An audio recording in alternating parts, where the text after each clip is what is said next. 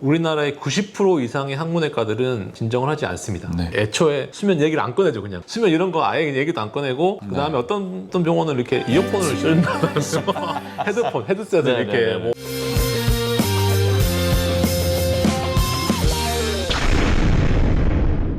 외과 전문 채널 넘버원 우리 동네 외과.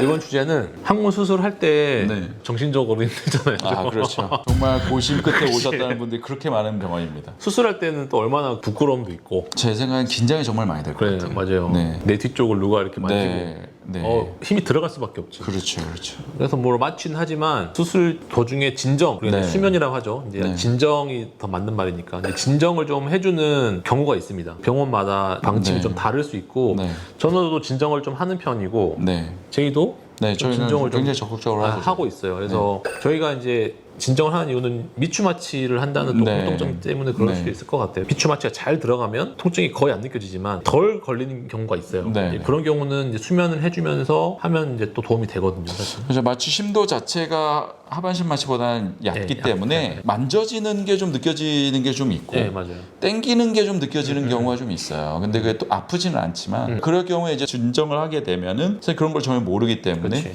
이득이 분명히 있고 네. 또 하나는 이제 추가적으로 미추 마취에서 약간 좀 마취 심도가 지나치게 얕게 된 부위가 있을 때 그 부위 추가로 이제 국소 마취를 하는 경우가 있는데 그 통증을 전혀 못 느끼는 맞아요. 게 네. 장점인 거죠. 원래 국소 마취가 진짜 아프거든요. 특히 항문에 하는 국소 마취는 네. 거의 뭐 우리가 느낄 수 있는 고통 중에 최고라고 생각하면 됩니다. 지금 바로 항문을 꼬집어 보시면 됩니다. 그거의 한 100배 돼요. 네, 100배 된다고 보시면 돼요. 근데 우리나라의 90% 이상의 항문외과들은 진정을 하지 않습니다. 네. 하지 않는 여러 가지 이유가 있지만 제가 생각한 첫 번째는 엎드려서 수술을 하니까 네. 우리가 이제 엎드리는 자세는 숨을 쉬기 힘든 자세예요. 흉곽이 눌리기 그치. 때문에 눌려서 이제 내 몸무게를 이기면서 숨을 쉬어야 되거든. 우리가 진정이라는 거는 강제 호흡이 아니에요. 자바로흡이기 때문에 진정제를 너무 많이 줘버리면 자바로흡이 그렇죠. 약해지면서 산소 있죠. 포화도가 낮아지는 위험한 상황이 되죠. 그래서 똑바로 누워서 하는 내시경보다 더 양을 줄여야 됩니다. 좀 위험한 순간을 맞이하지 않기 위해서는 모니터링도 잘해야 되고 애초에 수면 얘기를 안 꺼내죠. 그냥 수면 이런 거 아예 얘기도 안 꺼내고 그 다음에 어떤 병원은 이렇게 이어폰을 쓴다면서 헤드폰, 헤드셋을 네, 이렇게 네, 네. 뭐 음악도 크게 틀고 막 이런 게 있는데 두 번째 이제 예전에 우리 선배님 세대들은 그 진정제 자체를 안 써보신 분들이 많죠. 내시경을 안 하시는 선생님들은 진정제 쓸 일이 없죠. 진정제 자체를 좀 무서워하시는 것도 네. 있고 진정제 사용법을 잘 모르니까 진정제 때 어떤 돌발 상황이 있을 때 대처하는 것도 모르고 그러니까 그것 때문에 진정을 좀 안 하는 경우도 있다고 저는 생각을 해요. 그래서 척추 마취를 하는 것도 하나의 이유가 될 수 있을 것 같아요. 척추 마취를 하면은 아예 마취가 깊게 되니까 항문 쪽 자극에 대해서 사실 크게 느껴지는 게 없을 수밖에 없잖아요. 네. 그런 면에서 이제 수면을 굳이 할 필요가 있느냐라는 식이 됐을 것 같습니다. 근데 이제 미추 마취도 잘 되면 수술할 때 아프지는 않잖아요. 그렇죠. 그래서 이제 그 환자들이 진정을 원하는 이유는 뭔가 아프고 안 아프고 아니고 네. 나 그 시간에 깨있기 싫다. 그렇죠.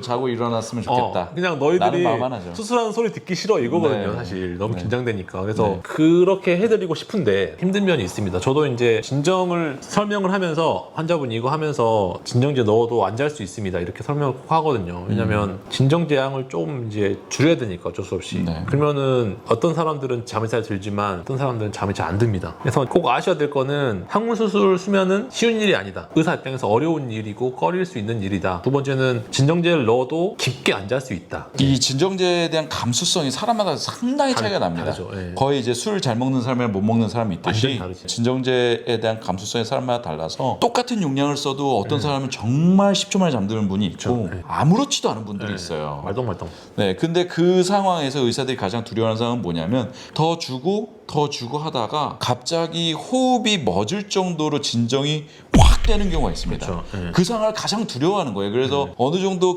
교과서적인 용량 이상의 용량을 줄 때 의사는 항상 무서워요. 위험한 상황이 생길 수 있다는 부분을 인지하고 있기 때문에 마냥 약을 때려 부을 수가 없는 거죠. 그렇죠. 그리고 이제 한개 용량보다 더 넣었을 때 뭐 잘 끝나면 좋겠지만 환자가 숨을 못 쉬는 상황이 되고 그 상황에 뭔가 이 법적 문증이 됐다. 네. 그러면 그거는 의사 책임이죠. 의사 책임이죠, 사실. 네네. 한 개보다 더 약을 넣은 건 사실이니까. 네, 네. 그래서 그런 여러 가지 위험도를 따졌을 때 한 개 용량보다 더 넣을 의사가 있을까? 수면을 위해서 한 개 용량 이상을 주는 거는 의사로서는 잘못될 그렇죠. 수 있는 방법이라고 생각을 하고 그럴 때는 진정 자체를 포기하는 게 맞죠. 맞아요. 그 진정 자체가 수술에 꼭 필수적인 게 또 아니거든요. 네, 그렇죠. 그러니까 이게 핵심 포인트입니다. 환자들의 어떤 심리적인 만족을 위해서 이만큼의 위험을 감수할 필요가 있냐? 네. 그걸 이제 환자한테 설득을 해야 되는 거죠. 이제 이런 과정이 너무 힘드니까 수면 자체를 안 하는 병원이 많아.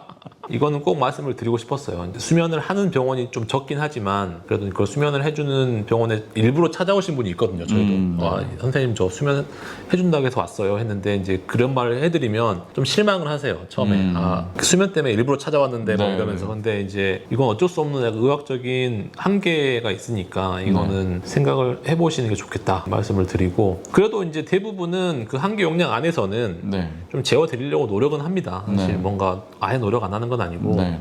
위험하지 않은 바운더리 안에서 이제 하려고 노력은 하니까 뭐 항문 수술할 때 낯선 주제일 수 있지만 잘 찾아보면 해주시는 병원이 근처에 있을 거고요. 가서 이런 설명 들을 때 좀 참고하시라고 제가 한번 준비해봤습니다. 후발 연령이 아닌 연령에서 생긴 치료는 우리가 일반적인 패턴이 아니기 때문에 꼭 권유하는 검사가 있습니다. 네. 대장 내시경이죠. 그렇죠. 왜냐하면 가끔씩은 과 연관이 있을 수가 있거든요. 네. 특히 이제